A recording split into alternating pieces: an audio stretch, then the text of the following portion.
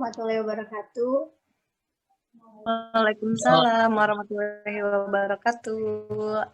Selamat sore anak-anak. Sore Bu. Ya, kita kembali lagi pada mata pelajaran PPKN. Pada materi kali ini kita akan membahas tentang keberagaman budaya. Saya sudah mengirimkan materi di Classroom. Apakah kalian sudah membaca materi tersebut? Sudah, Bu. Sudah dong, Ibu. Sudah ya, sudah membaca materinya ya. Iya, sudah. Oke, bagaimana materinya menurut kalian? Susah. Kalau saya mudah dipahami, Bu. Sudah dipahami? Mudah, Bu, mudah. Mudah, ya. Alhamdulillah. Ibu yang sudah dipahami, Bu. Sudah dipahami. Sekarang kita mereview tentang materi yang kemarin saya kirim dulu ya. Ya, Bu.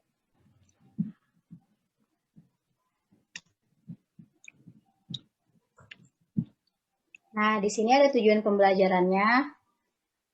Kalian bisa dilihat sendiri tujuan pembelajaran pada materi kali ini, yaitu mengidentifikasi faktor penyebab keberagaman masyarakat Indonesia.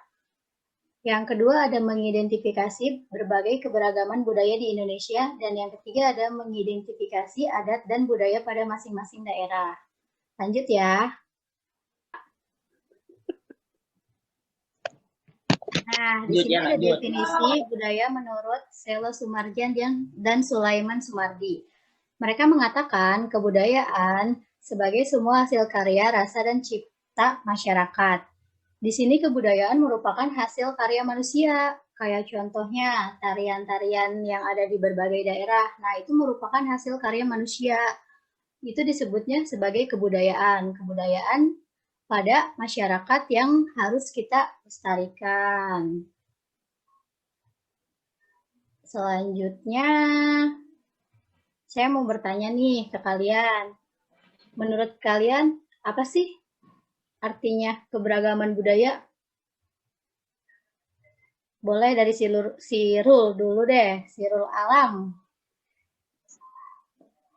Banyaknya budaya, lebih dari satu budaya, Bu. Ya, keberagaman budaya bisa disebut lebih dari satu budaya. Kalau Halimah?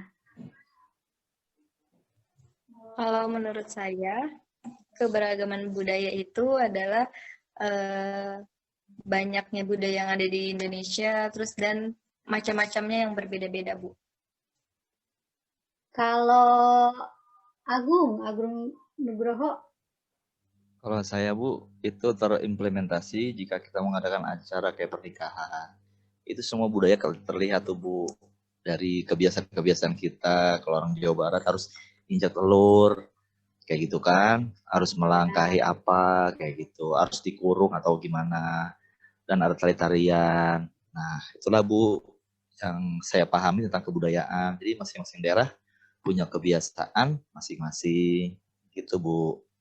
Ya, benar sekali. Masing-masing daerah mempunyai kebudayaan dan kebiasaan yang berbeda-beda.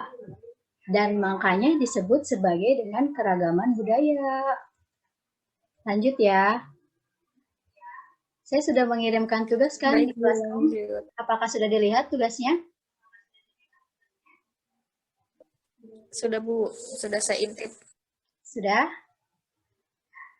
Nah, di sini ada tugas 1. Siapa yang mau jawab nih? Pertanyaan nomor 1.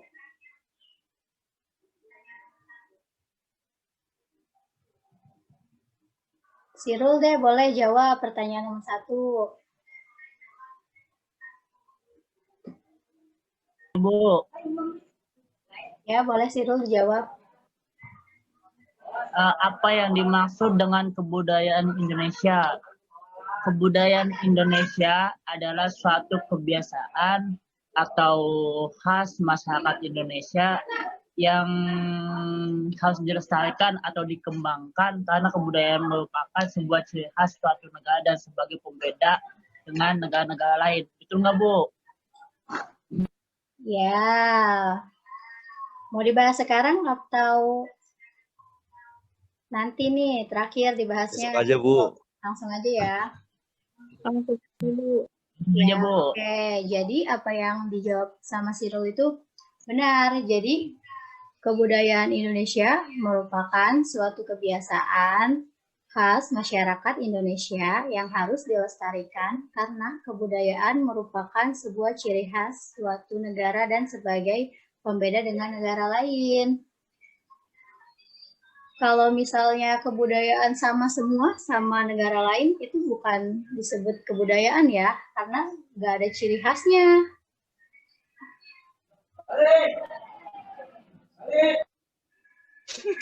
Baik, Bu. Lanjut nih, nomor 2 nih. Siapa yang mau jawab?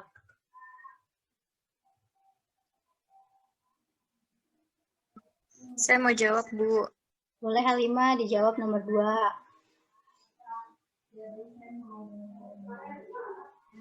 Ya, baik. Saya mau jawab nomor 2. Saya baca soalnya dulu ya, Bu ya. Soalnya apa saja faktor-faktor yang mempengaruhi keberagaman kebudayaan Indonesia?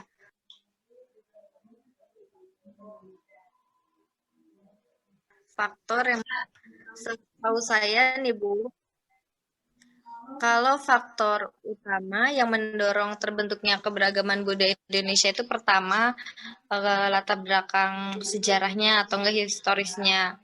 Yang kedua tuh karena letak geografisnya, dan yang ketiga itu karena ada pengaruh kebudayaan dari luar, Bu. Itu. Ya, benar. Tadi benar apa yang dikatakan Halimah, bahwa di sini ada 3 faktor yang mempengaruhi keberagaman kebudayaan Indonesia. Nah, 3 faktor tersebut diantaranya ada latar belakang historis. Latar belakang historis di sini diartikan sebagai dalam perjalanan sejarah menyebutkan bahwa nenek moyang bangsa Indonesia merupakan bangsa dari Yunani atau wilayah Cina bagian selatan.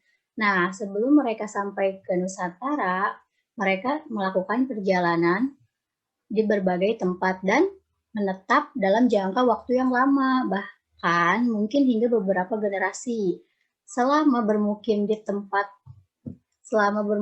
tempat itu, mereka mengembangkan pengetahuan, pengalaman, dan keterampilan khusus sebelum melakukan perjalanan. Dengan perbedaan pengalaman tersebut, jadi mereka menyebabkan timbulnya perbedaan suku, bangsa, dengan budaya yang beraneka ragam di Indonesia. Nah, yang selanjutnya ada perbedaan kondisi geografis. Perbedaan kondisi geografis di sini menyebutkan bahwa bangsa Indonesia merupakan bangsa yang memiliki kondisi geografis yang berbeda-beda. Contohnya kayak yang tinggal di daerah pegunungan. Nah, mereka bermata pencarian sebagai petani. Nah, kalau yang di dataran di pesisir pantai, mereka bermata pencarian sebagai nelayan. Itu menyebabkan perbedaan-perbedaan kebudayaan. Jadi mereka beraneka ragam budayanya. Nah, yang ketiga di sini ada keterbukaan terhadap kebudayaan luar. Jadi bangsa Indonesia itu sangat terbuka terhadap budaya luar. Jadi kayak bangsa India, bangsa Cina yang masuk ke dalam Indonesia itu membentuk suatu kebudayaan baru di Indonesia sehingga kebudayaan tersebut menjadi beragam. Bisa dipahami anak-anak? Bisa, Bu. Nah, Bisa, yang Bu. ketiga nih di sini tugasnya apa manfaat dari keberagaman budaya? Siapa yang mau jawab?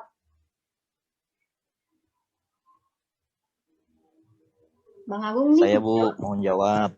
Boleh, Agung mau jawab? Iya, saya.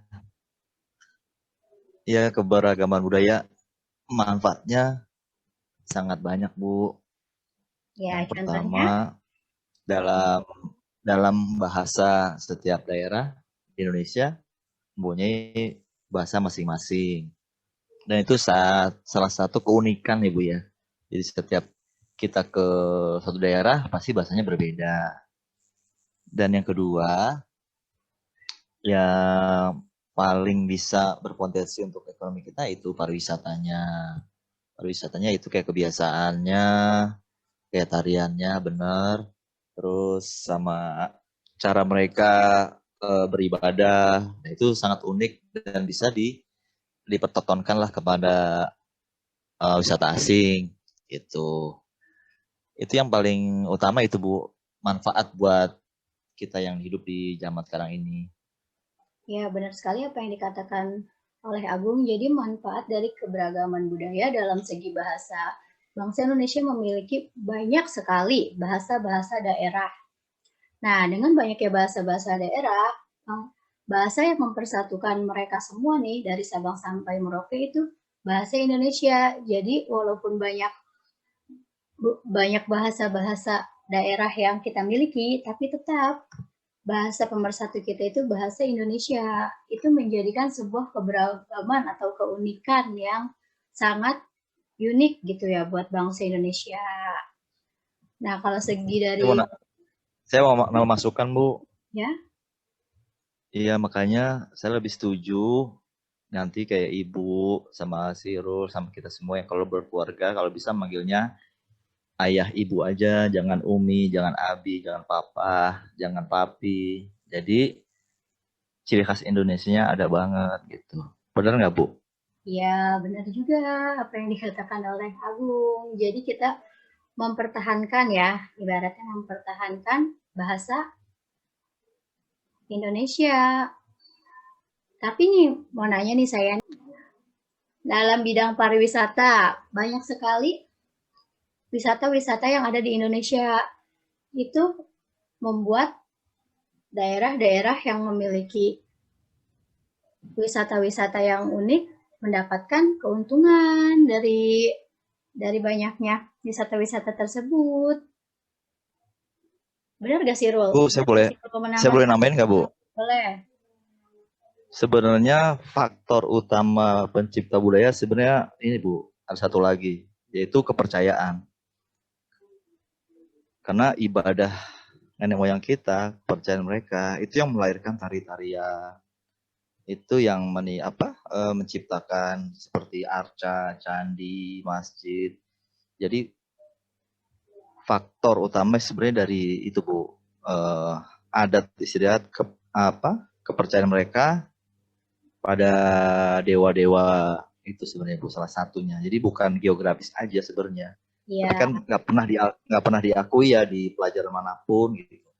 Padahal faktor utama yang membentuk manusia di Indonesia itu yaitu kepercayaan, beragaman keagamaan ya, religiusnya ya. Karena kan nenek moyang kita kan menganut animisme, dinamisme gitu Bu. Itu yang menciptakan ada khas Indonesia yaitu Candi Borobudur, Pura Besaki, Masjid Demak itu Bu. Jadi perlu ditambahkan tuh Bu yang nomor 3, Ibu kurang 1. Terima kasih.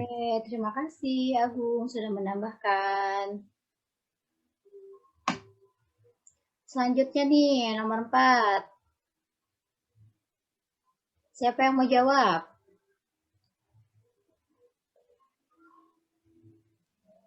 Saya Bu. Mulai Halimah. Iya Bu, sebutkan contoh keberagaman budaya lokal yang ada di Indonesia. Nah, salah satunya itu keberagaman baju adat nih Bu. Jadi setiap daerah, setiap pulau, setiap kota itu berbeda-beda baju adat istiadatnya. Nah, kalau sekarang mungkin emang keseharian tidak memakai baju adat, tapi bisa baju adat tersebut dalam setiap daerah bisa dilestarikan ketika pada saat melaksanakan upacara pernikahan seperti itu atau upacara adat yang lain. Selain baju adat juga misalnya Bali misalnya ada yang namanya tradisi ngaben atau enggak di Toraja ada kalau mayat itu tidak dikubur dalam tanah tapi di tebing gitu kan ya Bu ya. Iya, benar. Jadi itu contoh keberagaman atau macam-macam budaya yang ada di Indonesia. Ya, benar sekali Halimah. Jadi, selain pakaian adat, selain tadi kayak upacara-upacara kematian, kebudayaan lokal yang ada di masyarakat juga, contohnya di masyarakat Sunda, misalnya ada kesenian tradisional. Nah, kesenian tradisional tersebut merupakan ada alat musiknya nih, alat musik tradisional. Alat musik tradisional masyarakat Sunda yaitu ada angklung. Nah, alat musik Sunda juga memiliki pertunjukan seperti reog, calung, wayang golek, gendang pecak, dan sejumlah tarian lainnya. Nah, kalau di sini kebudayaan lokal masyarakat Batak, tarian tradisional yang cukup terkenal adalah tarian mandula dan tari sekar siri. Bisa dipahami sih, Ru? Iya Bu, bisa. Ya, kalau yang Sirul tahu nih, Sirul tahu nggak contoh tarian-tarian atau alat musik dari masyarakat lain? Tahu Bu. Apa contohnya Sirul? Goyang dompet katanya Bu. Bukan. Kan Cirebon, lu kan orang Cirebon, lu goyang dompet. Bukan goyang dompet Bang, jaipong namanya itu. Oh, itu judul lagunya ya? Sorry. Jaipong. Kalau Ya. alat musiknya gamelan sama apa sih itu kotak-kotak gitu apa sih namanya tuh? Apa gendang? Gendang. Ya, gendang. Tak dung gitu. Kalau boleh tahu, Sirul sering nggak mempermainkan alat musik tersebut? Kalau memainkan pas kecil. Karena main topeng monyet ya, Us ya? Sirul ya.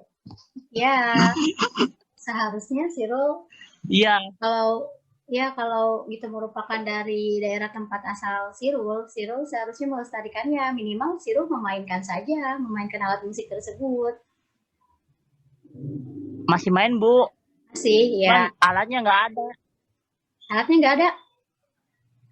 Ya, paling makanya kalau di sini di pondok ada ember, ada piring dijadiin alat musik. Oh, gitu. Ya udah, nanti habis Zoom meeting ini kita bicarakan tentang alat musik tersebut ya, Sirul ya. Oke, siap Bu. Kita berdua doang, Bu. Lanjut gak nih anak-anak? Lanjut, Bu. Lanjut ya. Sahabat anjay, Sirul. Nah, coba lihat pertanyaan nomor 5. Siapa yang mau jawab?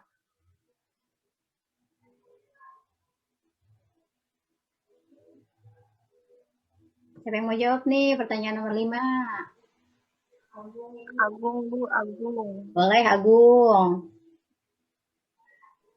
Agung belum jawab tuh, Bu. Ya. Dapat nilai D aja, Bu. Ayo Agung jawab. Cara melestarikan ya, Bu ya? Cara melestarikan ya, Bu? Ya, cara melestarikan budaya lokal Indonesia. Kalau menurut saya, Bu, untuk melestarikan seharusnya pemerintah ada hari-hari di mana kita melakukan kayak acara khusus gitu. Menurut saya seperti itu. Jadi generasi muda ini tetap tahu gitu.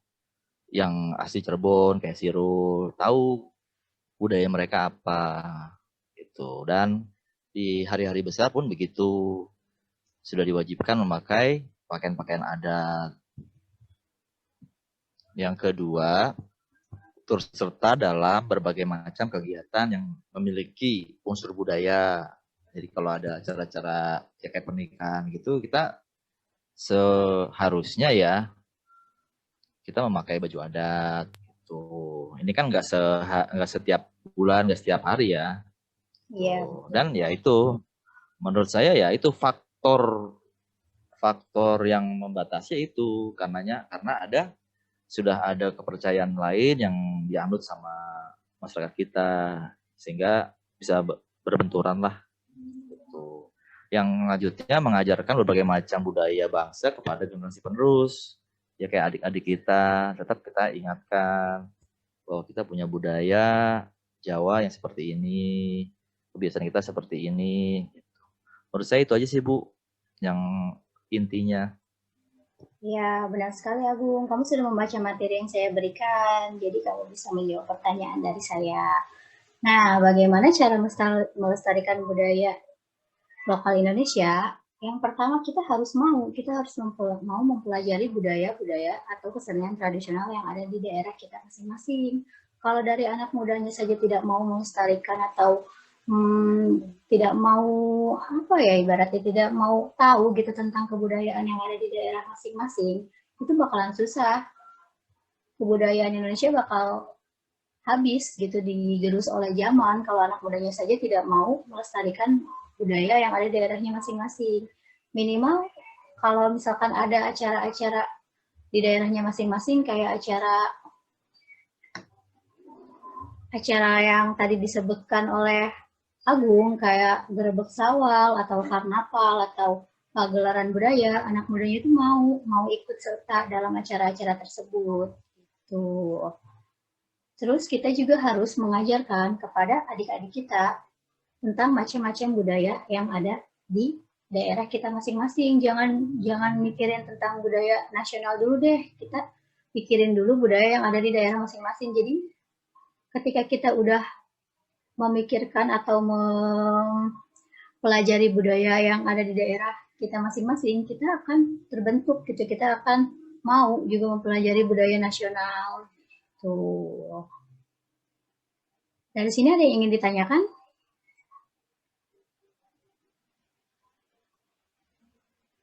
Ada yang ingin bertanya atau sudah paham semua? Sudah paham, Bu. Sudah paham, Bu. Agung, atau Agung ingin menambahkan dari materi-materi yang sudah saya ajarkan? Sudah Bu, sudah cukup paham. Ya.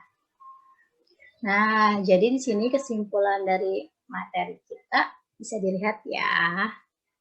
Kebudayaan Indonesia adalah kebudayaan bersama yang dimiliki oleh bangsa Indonesia.